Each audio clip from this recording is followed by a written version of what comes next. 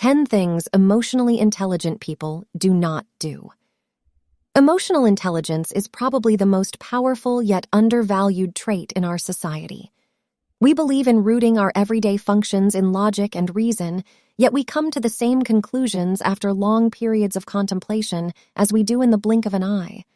Our leaders sorely overlook the human element of our socio-political issues, and I need not cite the divorce rate for you to believe that we're not choosing the right partners, nor do we have the capacity to sustain intimate relationships for long periods of time. It seems people believe the most intelligent thing to do is not have emotions at all. To be effective is to be a machine, a product of the age, a well-oiled, consumerist-serving, digitally attuned, highly unaware but overtly operational robot. And so we suffer. Here are the habits of the people who have the capacity to be aware of what they feel, who know how to express, process, dismantle, and adjust their experience as they are their own locus of control. They are the true leaders. They are living the most whole and genuine lives, and it is from them we should be taking a cue. These are the things that emotionally intelligent people do not do. 1. They don't assume that the way they think and feel about a situation is the way it is in reality, nor how it will turn out in the end. They recognize their emotions as responses, not accurate gauges of what's going on.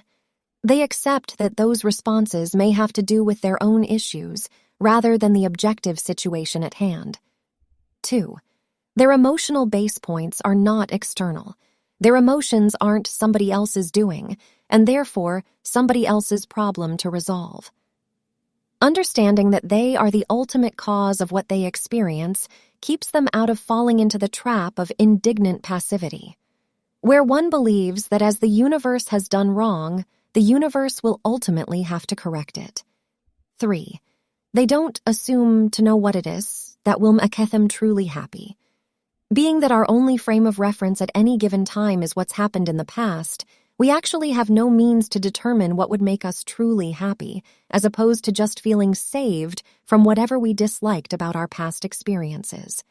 In understanding this, they open themselves up to any experience that their life evolves toward, knowing there are equal parts good and bad in anything. 4.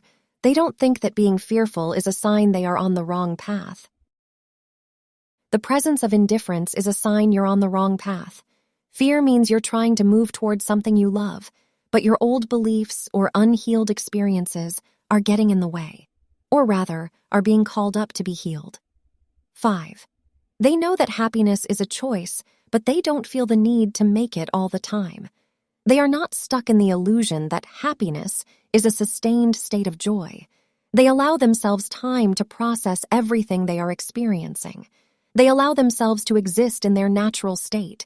In that non-resistance, they find contentment. 6.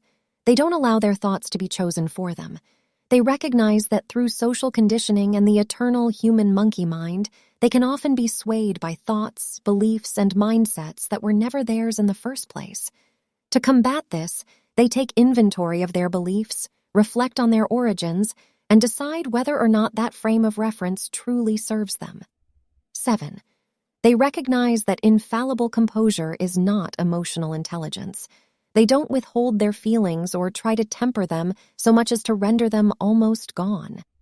They do, however, have the capacity to withhold their emotional response until they are in an environment wherein it would be appropriate to express how they are feeling. They don't suppress it. They manage it effectively. 8. They know that a feeling will not kill them. They've developed enough stamina and awareness to know that all things, even the worst, are transitory. 9. They don't just become close friends with anyone.